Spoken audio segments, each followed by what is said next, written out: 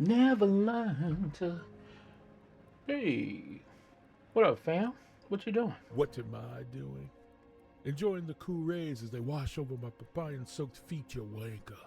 What am I doing? I'm rendering this stereo track so I can get this film out for submission deadline. Okay. Tell me this, man. Have you ever tried Dolby Atmos? Stop the presses. Hans Zimmer and me, we are identical twins. Of course I have Dolby Atmos. You taping this? I'm embroiled in a stereo rapture, man. You best be taking your hands off me.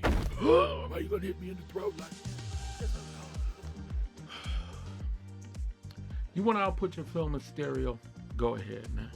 I'm not going to stop you, but you should at least first learn the potential of using Dolby Atmos in your films. In my new course, The Complete Filmmaker's Guide to Getting Started in Dolby Atmos, we'll teach you how to set up the complete Dolby Atmos environment for producing your films. Tell me, Big Shot, what do I need with Dolby Atmos if I'm just screening my film at the film festival?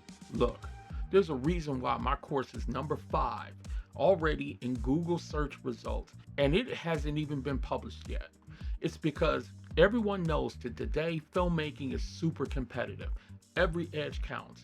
So adding immersive audio like helicopters flying above, your interiors coming alive with crowds, dogs, and birds, and sounds that literally come from everywhere.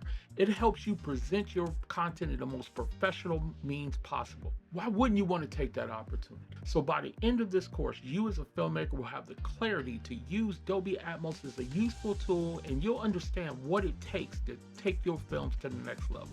So check out my course, A Complete Filmmaker's Guide to Getting Started in Dolby Atmos. This be the way, man. It's available on most learning platforms and on my own website. Get the links below, and we'll see you there.